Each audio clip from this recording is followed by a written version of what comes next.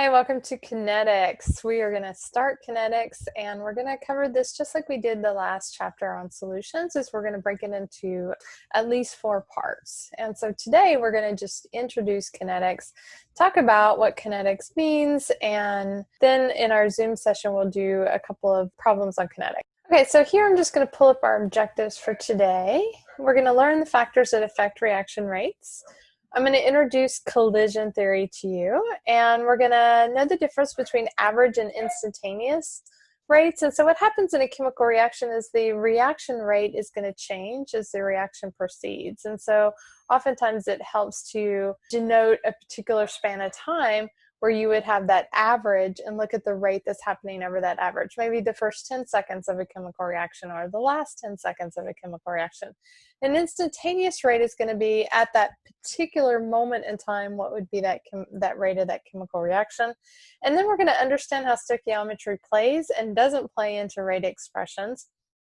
And then in our Zoom, we're going to do some calculations involving rate expressions. So that is on our agenda for today. So collision theory is what I want to introduce first.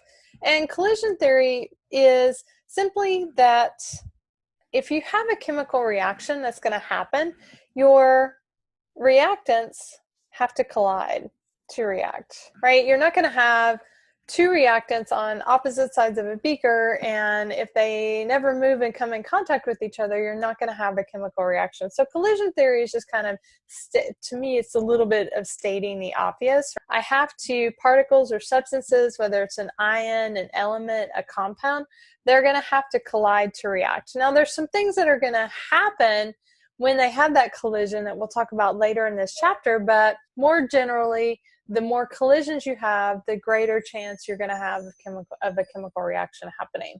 So we think about chemical reactions, the speed of a chemical reaction. This is the rate. This is how fast chemical reaction occurs. So up to this point in your chemistry career, you guys have thought about predicting products, writing balanced chemical equations, using those equations to calculate stoichiometry, quantities based on chemical reactions, but we haven't really looked at the big picture questions. And so there's 3 really big picture questions in chemistry, in organic chemistry and gen chem, that we look at, and we get to address them all in this class, which is kind of cool. So up to this point, you've just been building on the foundation, and now we get to ask sort of some of these more interesting questions. You may think they're interesting, you may not. So the first question is why? Why do chemical reactions occur? That's all about the energies. We touched a little bit on it when we looked at enthalpy, and then we talked a little bit about entropy. When we get into thermodynamics, which is later in this semester, we'll spend a lot more time talking about the why behind chemical reactions occurring. We also have the how far, so the extent of a chemical reaction that's happening. Chemical reactions don't always go to complete products, and so a lot of chemical reactions will only go a certain extent, and then those reactions will reach an equilibrium. And so equilibrium, we're going to come back to that idea of equilibrium after this chapter, and then we're going to spend a lot of time in equilibrium because there's a lot of chemical reactions that are equilibrium reactions. In this chapter, our question that we're addressing is how fast. So those are the 3 questions: why, how far, and how fast. So how fast is the speed of a chemical reaction? So diamonds will spontaneously convert into graphite, but their rate of that chemical reaction is very, very on the order of thousands of years. And so the speed of that reaction is really, really slow. If I have something like propane and I ignite propane, that chemical reaction is really, really fast. So the speed of a chemical reaction is often important to know, especially if you're going to be going into a lab setting and you're going to set up a chemical reaction and you want to know, am I going to be here for 15 minutes, 10 minutes, or 2 years? Understanding how fast a chemical reaction occurs is really important. It's also I think it's the most difficult of the 3 questions. So you get kind of like the difficult stuff here up front, because kinetics is really an experimental science. And so you can't we're going to make some assumptions, but a lot of this is going to be determined by experiments. So you're going to go into the lab, you're going to set up a set of experiments that's going to give you an idea of how fast that reaction is occurring. Okay, so that's the question that we're asking in this chapter, is how fast. So if we think about speed, if I think about speed, I'm thinking about maybe my car. So if I'm in my car, which I'm not doing too much of right now, if I'm in my car and I'm driving, let's say I'm on the freeway, I might, if I'm feeling like I'm obeying the rules, I might drive 65 miles per hour or 70, right? We're on California freeways here. So this would give me my speed. This is how many miles per a unit of time that I'm going to go in that car. So just like a speed of a car, a speed of a chemical reaction, if we look at this, is going to have units of molarity per time. And my units of molarity are going to deal with either my concentration, so how much concentration is going away over time, or how much concentration of my products is increasing over some unit of time. So my units here for speed are going to be molarity per time. Time can be in seconds. That's our SI unit for time. It can also be in minutes. It can be in hours. It can be in years. It can be in days. Kind of went backwards on that. My time unit is going to be depending upon what type of reaction I'm looking at. If I'm looking at nuclear decay, the amount of time it takes for carbon to decay, I'm going to look at that in terms of years, because that's a very, very slow chemical reaction. If I have a chemical reaction that's really, really fast, I might use my rate in terms of seconds, because that's going to be the unit of time frame that I'm going to be able to measure that in. So a lot of the stuff that we're going to do in this chapter, we're going to look in either seconds or minutes. When we get back into kinetics, we're going to revisit kinetics when we talk about nuclear chemistry.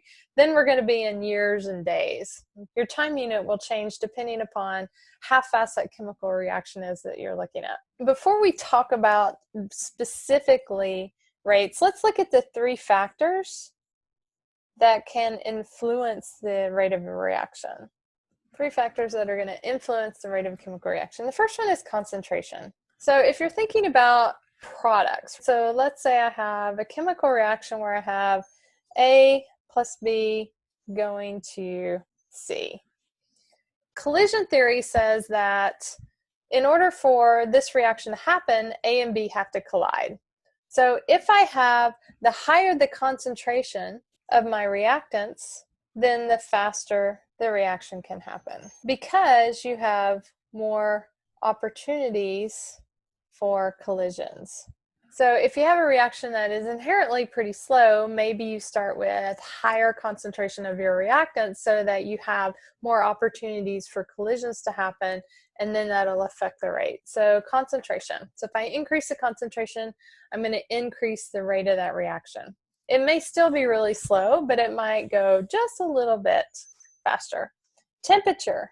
Temperature is going to also affect the rate of a chemical reaction. So if I increase the temperature of my reactants, what that does is I'm adding in kinetic energy. I'm adding in thermal energy. The reactants are going to absorb that thermal energy. It's going to turn into kinetic energy. They're going to move more. So that means they're going to increase their kinetic energy. They're going to move more, which means there's more opportunity for collisions. So I can either increase the concentration of my reactants, or I can increase the temperature, and both of those are going to allow me to positively affect the rate of that reaction, to kind of speed it up. A rule of thumb is that if I have, on average, for every 10 degrees Celsius increase in temperature, my rate of my chemical reaction will double. So temperatures can have a significant factor in the rate. So if I'm doing a chemical reaction at 20 degrees, let's say roughly room temperature 20 degrees Celsius, and it's fairly slow and I want to speed that up, maybe I will increase the temperature of my reactants to 30 degrees, and now I've doubled my reaction rate. The third factor is orientation. So up to this point, we've dealt with concentration, we've dealt with temperature, we know what those things feel like, we know what they look like. Orientation's a little bit harder to understand.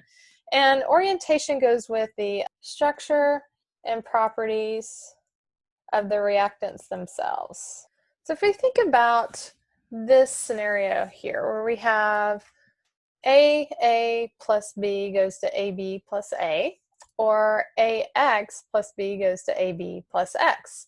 And let's say that in order for this to happen, because I have a diatomic here, this would be a diatomic, it wouldn't really matter what orientation that is in. And so this is, by looking at these two, can I determine which one might actually go have a faster rate?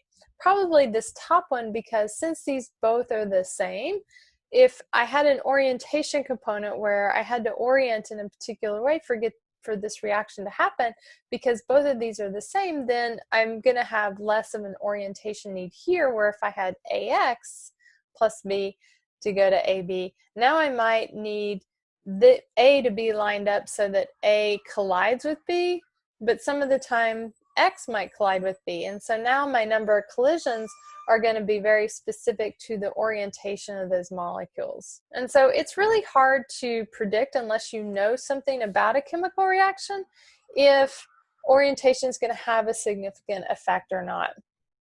So for instance, if I had, let's just do this. Let's say I have AA plus B. And let's say this can be in any orientation. So it can be this way, it can be this way. Either one of those is going to give you a product. So there's really no specific orientation need. But let's say I have AX plus B. Now, if I line this up and X collides with B, the end of this molecule where X collides with B, let's say I have this scenario here, X collides with B, then I'm not going to have, there's going to be no reaction. So that orientation is out. Let's say I have to have this specific orientation. This is where I get a reaction to occur. That means that if this is also a scenario where no reaction, and if I have, this would be my fourth option here, plus B, if this doesn't give me a reaction, now I have a 1 in 4 chance when I have a collision that reaction is going to happen. And so if you have an orientation requirement, that's going to slow your rate down significantly, because that means that the number of collisions that are productive, that lead to a chemical reaction, are going to be much lower than if there is no specific orientation need. Then every time these collide, there's the opportunity for a chemical reaction to happen. Here, if I collide this way, sort of this is side on to be no reaction, I kind of line up horizontal, but now I have the wrong end of that molecule is pointing toward B, collides with B, then that's no reaction. And this, so you can think of 1 in every 4 reactions might lead to a chemical reaction. This is going to significantly slow down your chemical reactions. Concentration and temperature. If I increase the concentration and I increase the temperature, I'm going to increase the number of collisions. If I have an orientation component that's necessary, by increasing the number of collisions, I'm going to allow there to be more potentially productive collisions that are going to lead to a chemical reaction happening. So orientation will have a negative effect. If you have an orientation constraint on your chemical reaction where your reactants have to be oriented in certain ways, then that's going to affect the chemical reaction rate lower. It's going to slow that rate down. So those are the 3 factors that will influence. These 2 we have control over. This one we don't have any control over. So orientation we can't really help. And it's really hard to tell unless you know a lot about the chemical reaction and what's happening, if orientation is going to be an issue or not. Organic chemistry is all about orientation. And so when you get into organic, which will be your next class after this one, you're really going to focus a lot on how those molecules are in space. And then when they collide, are they going to be able to have a chemical reaction? So orientation. Okay, so how are we going to write these? Let's just take a chemical reaction. Let's just do a simple one here. Let's say I have hydrogen gas, and I react that with iodine, and I'm going to form hydroiodic gas. If I want to look at the rate of this chemical reaction, how fast this chemical reaction is going to occur, there's 2 things I can do. I can look at the decrease in concentration of hydrogen, I can look at the decrease in concentration of iodine, or I can look at the increase in concentration of my product. And all three of those are going to give me a clue as to how fast that rate is occurring. So my rate will measure how much of a reactant concentration changes over time. So I'm going to look at an initial concentration. I'm going to look at a concentration at time X. If I think about what's happening, so in this case, what we see here is we have two reactions. We have A plus B. A is this blue and B is this little red, and I'm going to C. And if this has a fast rate, at time 0, obviously I haven't produced any of my product yet at time 0, so I've just mixed these two together. After it looks like about 16 seconds, what you see here is that this reaction looks about halfway done, right? So I have about half of my reactants have moved into the product phase, and then a little bit after 30 seconds, it's almost done to completion, and then here at about, 47 seconds, there's no reactants left. And so this would be a really fast reaction. And so this occurred in 45 seconds. So I mixed them together. I have my stopwatch going, and then I see my chemical reaction is stopped at 45 seconds. If I have a slow reaction that has a slow rate, here I am at 0, so I have no product form. I'm looking at X and Y now. At 16 seconds, I have only one product form. So this is going to tell me, okay, this is a very slow rate compared to this one. At 30 seconds, where this one was nearly completed, this one is just getting started. And then at 45 seconds, what you see here is you have still very little product, a lot of reactants left. And so if I just looked at these reactions and I didn't know anything about them, I wouldn't be able to predict if I'm in the fast lane or the slow lane for this chemical reaction. I wouldn't be able to know. So kinetics is hard because a lot of this stuff is experimental. You have to measure what's happening experimentally, which means you have to set up your chemical reaction that allows you to track the concentration change over a period of time, and then you compare that to other reactions, and then that's going to give you, okay, this reaction might look slow if I have another reaction over here that's even faster. So it's all relative. So I'm going to look at change in concentration over in a certain amount of time, and I can either look at the decrease in concentration of my reactants or the increase in concentration of my products. And so I'm going to write, this is called a rate expression. Rate expression. Rate expression uses stoichiometry and concentration of products and reactants to describe the rate. Okay, so this is my rate expression. I'm going to look at stoichiometry. I'm going to look at products, my reactants, concentration of those, and I'm going to describe the rate that way. So my rate is going to equal, now if I look at my reactants, let's say I'm just going to take H2. H2 should decrease over time. So if I have an initial concentration of H2, that initial concentration is going to be at time 0 if I'm measuring, so that would be at T1. If I'm measuring my change, I'm going to look at some concentration at a final time over T2. So I might look at my initial concentration of hydrogen gas. Now I have maybe 10 seconds has occurred. So my change in time here, and then what is my concentration of hydrogen gas at that particular time? That would give me, I'm going to expect this to go down. So I'm going to start with an initial concentration. Then at time T2, I'm going to have some final concentration, or we could call this concentration at time 2. Then this is going to be lower than this. This whole thing is going to be negative. Rates are always positive. Your rate of your chemical reaction is always going to be positive. So I'm going to take the negative of this whole thing, because this is going to give me a negative. A negative of a negative gives me a positive.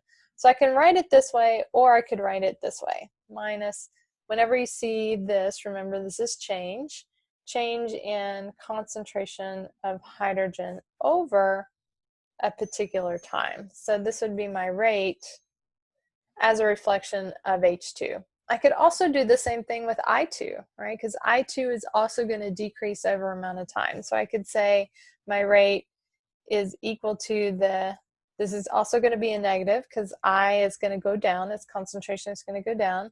The change in I2 over a particular amount of time. I could also look at it in terms of HI. So I could say this should go up. My concentration of HI should go up.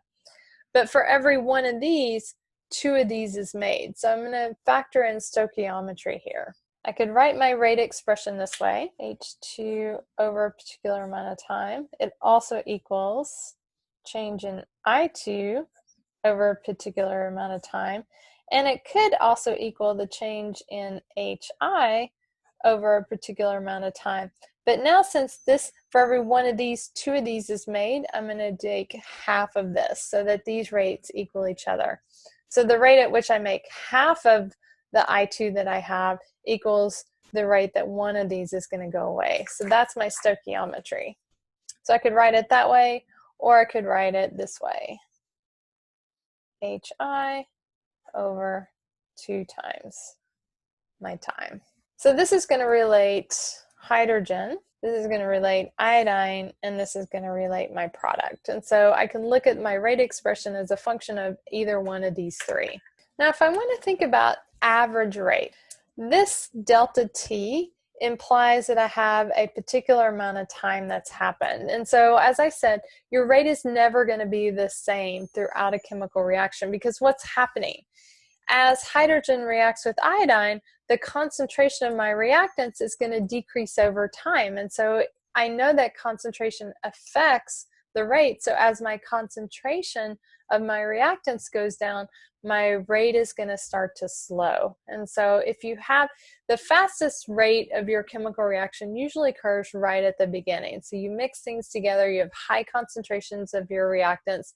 Your fastest rate of that chemical reaction is going to be in that first bit of it. And then as that reaction proceeds to the end, it's going to start to slow down because now you have less amount of reactants there. There's less opportunity for them to collide and have a chemical reaction to occur. So I can look at rates as a function of an average amount of time. So here I have T1 minus T2, and I would define this, maybe this would be 10 seconds, maybe it would be 50 seconds, maybe it would be a minute. It would really depend on sort of how fast this reaction was occurring. This is an average rate. So it's going to be measured over a particular amount of time. I can also look at an instantaneous rate, which is the change in concentration at any one particular time. So I want to pick like 12 seconds in, what is going to be the rate of that chemical reaction? The instantaneous rate you get by plotting. Here, this is a really busy slide, but what you have here on the y-axis is your concentration, and we're looking at concentration of hydrogen gas and concentration of my product. On the x-axis is time in seconds, and here I plotted this average rate here. So what I see is this green line is hydrogen. So as hydrogen goes down, the concentration of hydrogen goes down, I'm going to see an increase in the concentration of my product. And so if I wanted to do a instantaneous rate, I would take the slope of the tangent. So I'd pick 2 points here. I would calculate it using the slope of that tangent.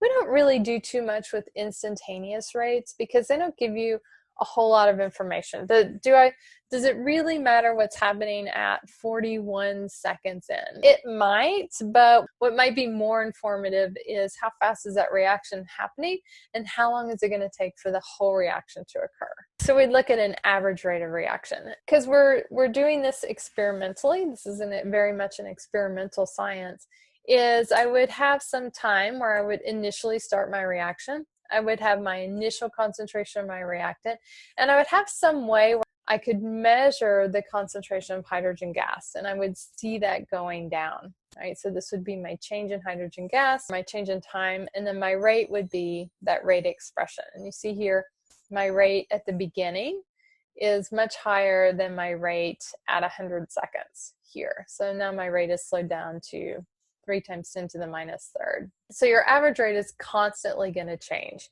because the concentration of your reactants is going down. There's various ways that we can measure reaction rates, and they have to do with the ability to calculate the concentration of your reactants that you have. And so one of those might be absorbance. So if you have a analyte in your reaction, so whether it's your reactant or whether it's your product, if it is able to absorb light, you can set up a visible spectrum between 400 and 750 nanometers. You can use a spectrometer. And what that will do is that allow you to look at how that concentration of that product or reactant, you could look at either one. If I look at the reactant, my concentration is going to go down. If I look at my product, my concentration is going to go up.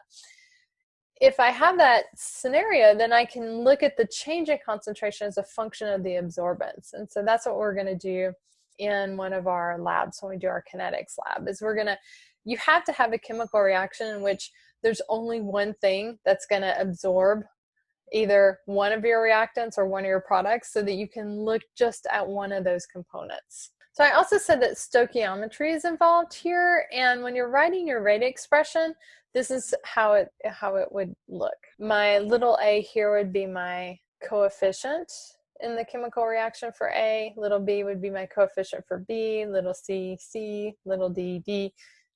And I could write my rate expression this way. So 1 over, if this is a 1, then this is 1 over 1, and that just kind of falls out of the equation. So this would be my change in concentration of A over a unit of time equals the change in concentration of my other reactant over a period of time equals the increase in concentration of my product over the same period of time and the increase in D over the same period of time. So for all these to equal each other, you have to have the same time frame.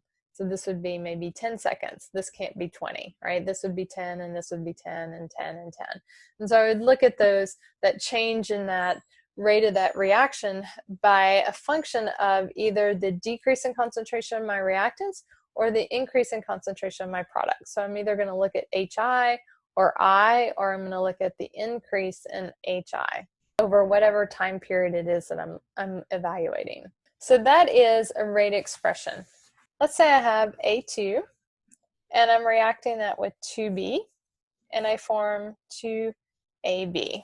If I were going to write my rate expression for this, I could write my rate expression as a function of the decrease in concentration of A2. Remember, these brackets mean molarity. Anytime you see something in brackets, that means the concentration of that in molarity. So these are all solutions over my change in time.